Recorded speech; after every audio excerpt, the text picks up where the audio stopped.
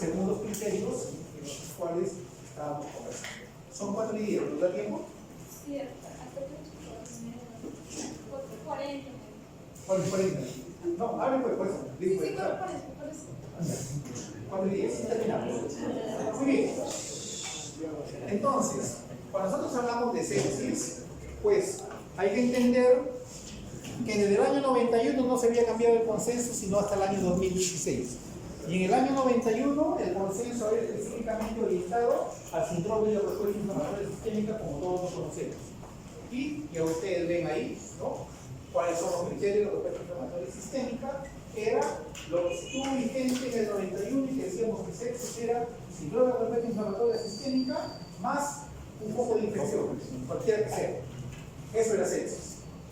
Pero se demostró en el año 2001 que hubo una reunión de expertos a nivel mundial, dijeron que ese criterio no convenía al quehacer médico. ¿Por qué? Porque había pacientes que eran diagnosticados con sepsis severa y terminaban en cuidados intensivos y sin embargo al día siguiente estaban mejor. Y había otros pacientes que no tenían tanto disturbio inmunológico, lo dejábamos en la unidad de observación de emergencia y el día siguiente terminaba cadáver.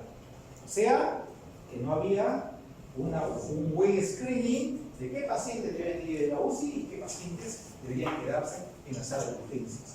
Entonces, para evitar esas cosas, en el 2001 dijeron, los criterios inespecíficos de SIRS como fiebre o neutrofilia siguen contribuyendo al diagnóstico general de infección, pero ya no de sepsis. ¿Sí? Porque antes, en el 91, decíamos que sí, más foco de infección, era sepsis. Pues ahora dijeron, no, el SIRS sirve para diagnosticar la infección, sí, pero no para sepsis, porque el SIRS refleja la respuesta apropiada del huésped a la infección, que con frecuencia es adaptativa. O sea, que al proceso inflamatorio severo, la infección severa, muchas veces el huésped se adapta y lo tolera muy bien. Entonces, los criterios de SIRS no indican respuesta regulada, por lo tanto, poca capacidad discriminativa para considerar que el paciente tiene sepsis. Pero no fue hasta el año 2016 en que aparece ya el consenso, y es el que estamos manejando actualmente. Sin embargo, tiene muchas detractores, ¿no? Porque algunos quieren quedarse con el síntoma de la sepsis, ¿no? Todavía se va a tener que valorar más adelante. Entonces, ¿qué dijeron? Es la disfunción orgánica causada por una respuesta anómala del huésped a la infección que supone una amenaza para la supervivencia. O sea, aquel paciente que tiene sepsis es aquel paciente que es potencialmente mortal. Eso quiere decir, ¿no?, se va a morir probablemente, ¿no?, si no lo tratamos aquí.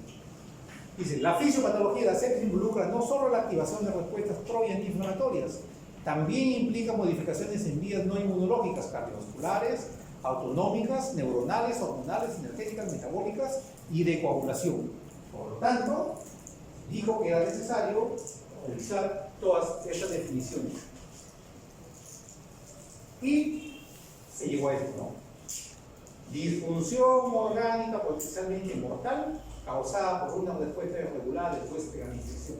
No todos los pacientes responden igual al proceso infeccioso. En otras palabras, eso es lo que quiere decir. Entonces, los intensivistas decían que ellos manejaban muy bien sus pacientes con la escala de SOFA, ¿no?, con la puntuación para evaluación de falla de órgano o la falla orgánica. Entonces decían, el SOFA es un sistema de medición diaria de 6 disfunciones orgánicas. Vamos a ver, y ahí está cómo se clasifican, de 0 a 24 puntos, y la mayor puntuación del SOFA tendría mayor probabilidad de muerte en los pacientes. Pero ustedes ven, el SOFA implicaba valorar el PAFI, o un análisis de gases arteriales, tendríamos que calcular la cantidad de plaquetas del paciente, tendríamos que calcular la disfunción hepática, la disfunción cardiovascular, la disfunción nerviosa y la disfunción renal. Si ustedes ven todos estos parámetros, cuando vamos a la emergencia y nuestros centros de seguro de una cosa médica, no hay ni en el hospital. Si le pedimos al paciente, tarda 1 hora, 2 horas, 24 horas, si decimos fuera de los hospitales. Entonces, ¿qué dijeron? Tenemos que tener un nuevo concepto que se llama KIT-SOFA, o una escala de valoración de falla de órganos rápida, que la podamos hacer en emergencia sin tener necesidad de exámenes de laboratorio y se ideó el KICSOFA como el screening para identificar a los pacientes de alto riesgo de sufrir eventos no deseados, o sea, muerte, fuera del entorno de una unidad de cuidados intensivos. ¿Por qué? Porque antes todos los pacientes que nos diagnosticábamos sepsis severa, shock séptico, nos preocupábamos, decíamos que vaya a la UCI, que vaya a la UCI. Y las camas en la UCI, las 4 o 5 camas, y por lo tanto no había posibilidad de atenderlos a todos. Perdón, ¿verdad? ¿Sí?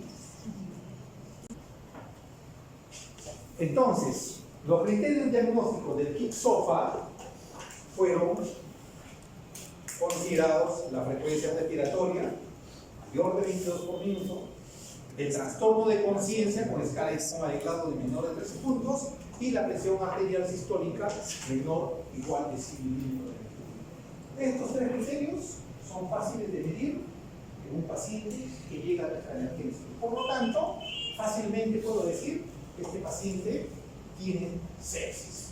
¿Estamos de acuerdo? Sin necesidad de hacer exámenes de ayuda diagnóstica. Además, la subcategoría de las sepsis que pueden generar alteraciones circulatorias y que pueden causar alteraciones en el metabolismo y por lo tanto aumentar la mortalidad de nuestro paciente es el shock séptico. Entonces, ¿cómo definieron shock séptico?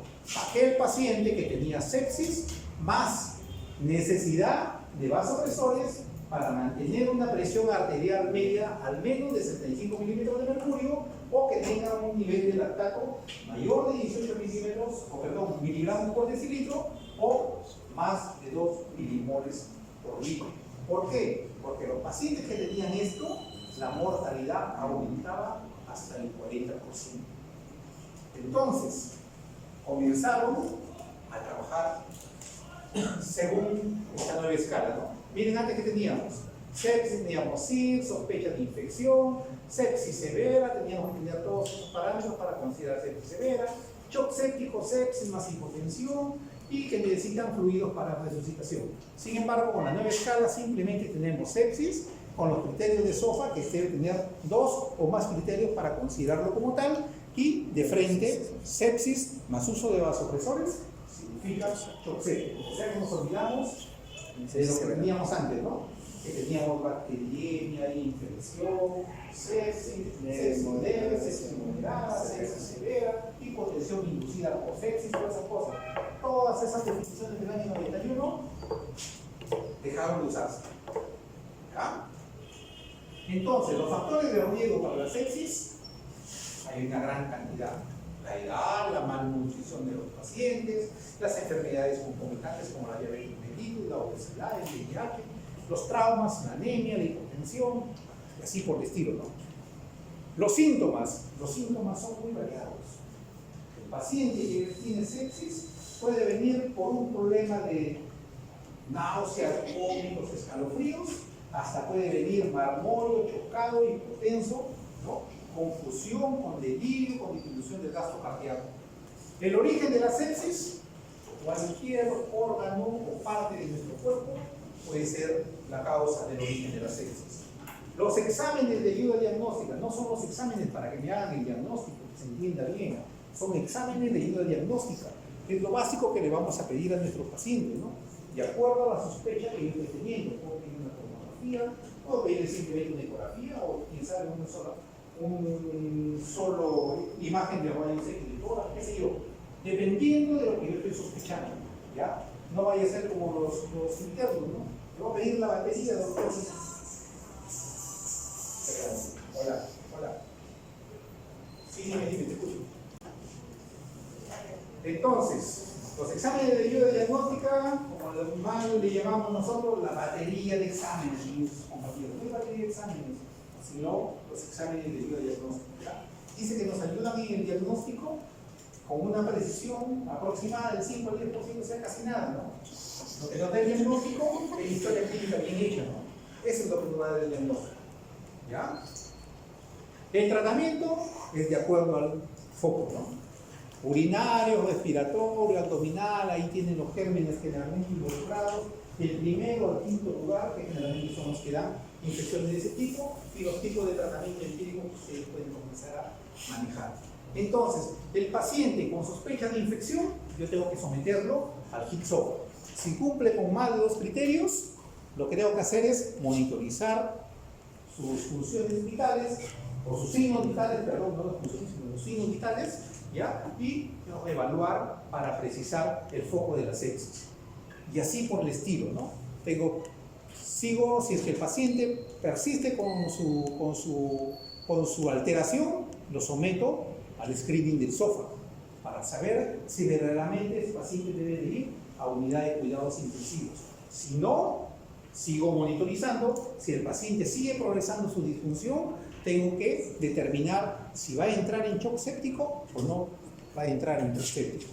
Y la probabilidad de eso me lo da la presión arterial media, fácil de medir, y el simple hecho de usar lactato en sangre, la lactacidemia, para saber si el paciente tiene shock o no tiene shock séptico. Y para eso tengo que manejar estas 3 variables que fácilmente las puedo hacer en la cama del paciente y en la primera consulta y en menos de 5 minutos. ¿Estamos de acuerdo? Entonces, la importancia del diagnóstico, miren, ¿no? Porque dice que cuando nosotros hacemos un diagnóstico adecuado de sepsis, la reanimación con fluido seguida de antibióticos, durante la primera hora de iniciado el cuadro de sepsis, disminuye la mortalidad de nuestros pacientes hasta el 44%. Entonces, por eso es que nosotros debemos sospechar qué paciente tiene sepsis, qué paciente no lo tiene. ¿Ya? La antibioterapia específica, en la primera hora, tras el diagnóstico de sepsis, se asocia con la supervivencia del 79,9% contra un 42% si el tratamiento de antibióticos se hace después de 6 horas. O sea que si yo sospecho sepsis, además ubico el foco probable y le doy tratamiento, inicialmente no le puedo dar tratamiento específico porque para eso necesito cultivos, ¿no? Pero le doy tratamiento empírico en base a la sospecha de los gérmenes causantes, entonces la probabilidad de sobrevivir de mi paciente es mucho más alta. Biomarcadores en sepsis. Se habla de muchos biomarcadores. Algunos con un mejor uso, otros con menor uso. Sin embargo, se dice que hasta la fecha no existe un biomarcador que sea sensible y específico para la sepsis. ¿Ya? Sin embargo, el que más se utiliza son la proteína C reactiva y la procalcitonina. Los demás están en proceso de experimentación, pero que todavía no podemos decir si ya lo tienen. Por ejemplo, este paciente, con solo mirarlo, ustedes ya saben que está en shock séptico, ¿no? Miren cómo es ese paciente, coagulopática, miren, ¿no?